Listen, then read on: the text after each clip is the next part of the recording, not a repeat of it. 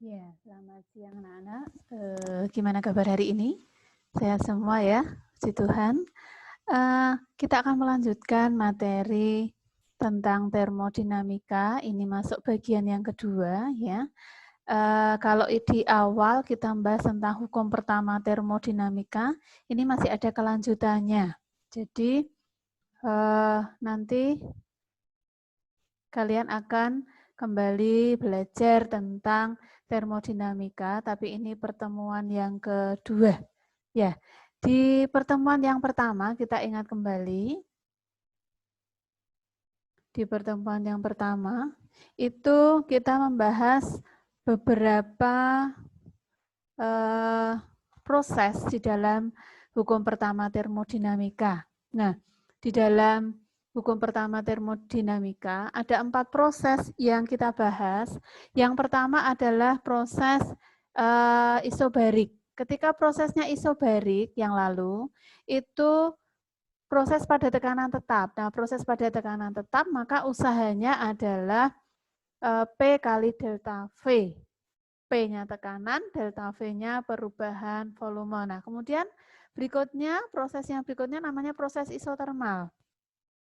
Isotermal, berarti proses ini pada suhu tetap. Nah, proses pada suhu tetap itu menghasilkan delta U-nya 0 menurut hukum pertama termodinamika. Sehingga H sama dengan V. H jumlah kalor, V usaha, delta U perubahan energi dalam. Nah, saya tambahkan di sini.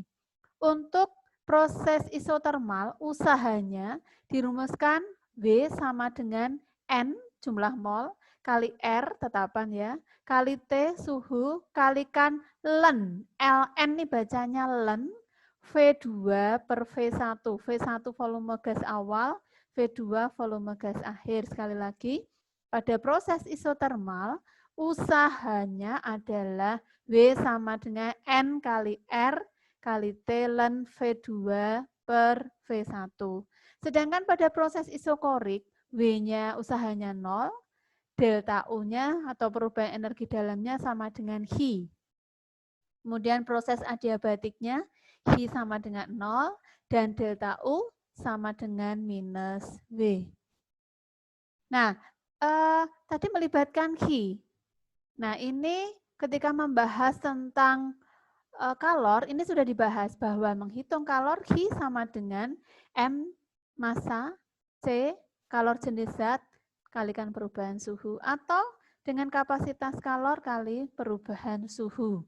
Kemudian energi dalam Anda mengenal, ada proses di gas monoatomik, U-nya 3/2 NKT atau 3/2 nRT. Gas diatomik, U-nya energi dalamnya 5/2 NKT atau 5/2 nRT. Nah, untuk delta U, gas monoatomik, delta U sama dengan 3/2 N R delta T atau 3/2 NR T2-T1. Jadi kalau ini nRT saja, ini delta T. Ini juga delta T. Ini mengingatkan kembali materi yang sebelumnya. Kemudian kapasitas kalor. Kapasitas kalor kaitannya dengan kalor adalah H per delta T. Kalau ditulis CP berarti kapasitas kalor pada tekanan tetap. Sama dengan ya H P per delta T. Ya. Kalau kapasitas kalor pada volume tetap ditulis CV. Itu HIV per delta T. Sehingga kapasitas kalor pada volume tetap itu menghasilkan persamaan CP min CV sama dengan N kali R. Nah, nilai tetapan Laplace itu CP per CV ya. Sehingga didapatkan kalau gas monoatomik ketemu 5/2, gas diatomik 7/5. Nah, itu menggunakan tetapan Laplace ya. Kemudian berikutnya untuk yang usaha tadi, mengapa bisa ketemu persamaan yang ini? NR ln V2 per V1, saya ingatkan bahwa rumus umum usaha itu sebenarnya integral PdV dari V1 sampai V2. Nah, P-nya kita ganti nRT per V, dari persamaan gas ideal kan PV sama dengan nRT. Nah, P-nya ketemu ini. Masukkan ke persamaan W, akan ketemu ini. Nah, ini secara matematika menghasilkan persamaan W sama dengan nRT ln V2 per V1. Contoh soalnya nih. 2000 ada 2000 per 693 mol gas helium di suhu tetap 27 derajat Celcius mengakibatkan volumenya berubah dari 3,5 liter menjadi 7,5 liter, berarti ini V1. 3,5 liter, V2 7 liter. Jika R 8,314 Joule per mol Kelvin, berapakah usaha yang dilakukan gas helium? Jumlah molnya ini. V-nya ini. Lalu suhunya dalam Kelvin ditambah 273. Sehingga ketemu W sama dengan N 2000 per 693 mol kali R ini 8,314. T-nya 300 Kelvin kalikan ln 7 per 3,5. Nah, ln 2, 7 per 3,5 kan 2 ya. Ln 2 itu kalau dicek di kalkulator 0,693, ini ln 2. Jadi ini ln 2 kali 300 kali 8,314 kali 2000 per 693 ketemu ini. 4988,4 Joule.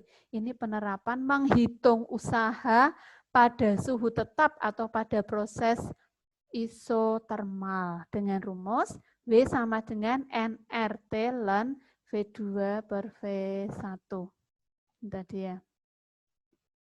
Saya lanjutkan untuk materi berikutnya, mesin kalor. Ya. Sebelum ke mesin kalor, kita masuk dulu hukum kedua termodinamika. Di hukum kedua termodinamika menyebutkan tidak mungkin untuk membuat sebuah mesin kalor yang bekerja dalam suatu siklus yang semata-mata mengubah energi panas yang diperoleh dari suatu sumber pada suhu tertentu seluruhnya menjadi usaha. Jadi tidak mungkin mengubah semua energi yang diterima itu menjadi usaha. Itu ditemukan formulasi Kelvin Planck. Kemudian formulasi Clausius, tidak mungkin membuat sebuah mesin kalor yang bekerja dalam suatu siklus yang semata-mata memindahkan energi panas dari suatu benda dingin ke benda panas. Nah, dari termodinamika kedua ini nanti akan dilanjutkan bagaimana menghitung mesin kalor. Penerapannya di mesin kalor ya, penerapannya hukum termodinamika. Nah, pada mesin kalor ini, ya, kita lihat skemanya. Skema mesin kalor. Ada sumber panas suhu T1, T-nya dalam Kelvin. Dari sumber panas atau suhu tinggi T1, masuk kalor ke mesin. Jumlah kalor yang masuk ke mesin namanya Q1. Ingat-ingat ya, ini jumlah kalor yang masuk ke mesin namanya Q1. Kemudian dipakai untuk kerja atau untuk usaha.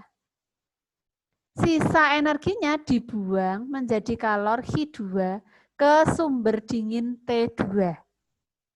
Nah, sehingga kalor yang digunakan pada mesin ini atau usaha yang didapatkan adalah selisih antara jumlah kalor yang masuk dengan jumlah kalor yang keluar, sehingga W itu sama dengan Q1 kurangi Q2. Nah, dari sini bisa kita hitung efisiensi dari sebuah mesin. Efisiensi termal sebuah mesin kalor adalah perbandingan antara usaha yang dilakukan W dan kalor yang diserap dalam suatu mesin selama satu siklus. Jadi efisiensi lambangnya seperti ini, seperti taling, sama dengan usaha yang dikerjakan oleh mesin dibagi dengan jumlah kalor yang masuk ke mesin itu. Nah, W dirumuskan Q1 min Q2 dibagi Q1, sehingga boleh juga dirumuskan efisiensi 1 kurangi Q2 per Q1 atau Q-nya bisa diganti T. Jadi efisiensi juga bisa sama dengan 1 min T2 per T1. Itu mesin kalor.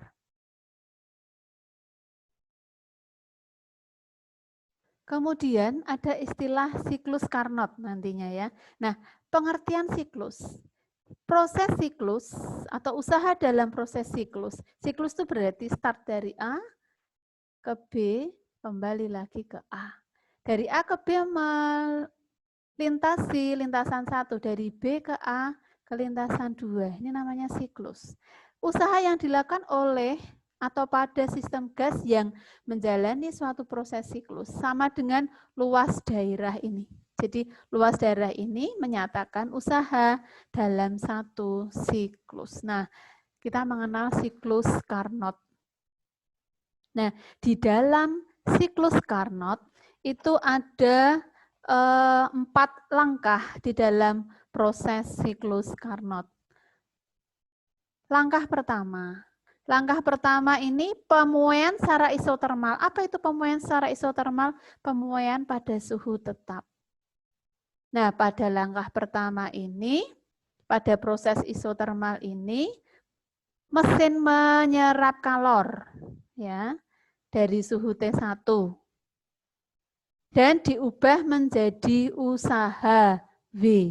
Jadi di proses ini, proses pemuaiannya secara isotermal, proses menyerap kalor H1 ya. H1 dan diubah menjadi usaha W. Ini. Kemudian masuk ke langkah kedua, itu pemuaian secara adiabatik. Pada proses ini mesin melakukan usaha W. Ya. Kemudian langkah ketiga, proses pemampatan secara isotermal. Ini. Pemampatan itu artinya volumenya berkurang, ya. Kalau pemuaian volumenya bertambah. Isotermal berarti suhu tetap. Nah, pada proses yang ketiga ini proses melepas kalor H2. Jadi kalor dilepaskan. Kalau di proses langkah pertama H1 masuk, di langkah ketiga kalor dibuang. Kemudian masuk isolator, masuk langkah keempat. Pada langkah keempat, mesin kalor menyerap kalor dari H1 ya. Kemudian melepaskan ke reservoir dingin sebesar H2. Ini melepaskan kalor sehingga ada pemampatan adiabatik. Kalau ini pemuaian adiabatik. Jadi ada 4 langkah pada siklus Carnot. Nah, lalu proses mesin kerja pada mesin Carnot. Nah, sumber kalor pada suhu tinggi masuk H1. Masuk ke mesin kalor. Kemudian pada mesin kalor ini bekerja usaha W. Kemudian ada kalor yang dibuang H2 pada sumber kalor suhu rendah T2. Sehingga menghasilkan efisiensi dari Carnot atau mesin kalornya adalah W per H1 sama dengan H1 min H2 per H1 atau bisa dituliskan 1 min H2 per H1. Atau H-nya bisa diganti T menjadi seperti ini. Ini efisiensi mesin Carnot. Nah, kemudian ada selain mesin Carnot, penerapan hukum termodinamika itu ada mesin pendingin. Nah, apa bedanya dengan mesin Carnot? Kalau Carnot, ini panahnya turun, ini panahnya keluar, ini panahnya turun. Nah, kalau mesin pendingin berarti ada sumber dingin dari H2 masuk ke mesin, lalu W bekerja, lalu ada H1 dibuang ke sumber panas T1. Sehingga menghasilkan koefisien performansi CP. CP menghitungnya bagaimana? H2 dibagi W. Hanya seperti itu. Atau kalau W bisa diganti H1 min H2, maka berlaku persamaan ini H2 per H1 min H2, sehingga berlaku persamaan ini 1 per H1 per H2 min 1. Atau koefisien performansi bisa dituliskan T2 per T1 min T2. Nah, saya berikan contoh untuk penerapan siklus Carnot. Sebuah mesin bekerja pada reservoir bersuhu tinggi 500 Kelvin dan reservoir bersuhu rendah 350 Kelvin. Berarti reservoir suhu tinggi T1, reservoir suhu rendah T2. Mesin tersebut menghasilkan usaha sebesar 104 Joule, berarti usahanya 104. Berapa efisiensinya? Efisiensi meskipun usahanya diketahui, tapi kalau suhunya diketahui bisa langsung efisiensi sama dengan 1 min T2 per T1 kali 100%. Efisiensi sama dengan 1 min 350 per 500 kali 100%. Ketemu efisiensinya adalah 30%. Saya kira itu yang bisa saya sampaikan. Anda nanti bisa mempelajari kembali materi-materinya, kemudian dicatat di buku catatan, dan catatannya nanti difoto, dikirimkan ke MyTask. Kemudian ada soal yang harus dikerjakan di MyExam. Saya kira itu yang bisa saya sampaikan. Ya, cukup sekian. Selamat belajar. Tuhan memberkati.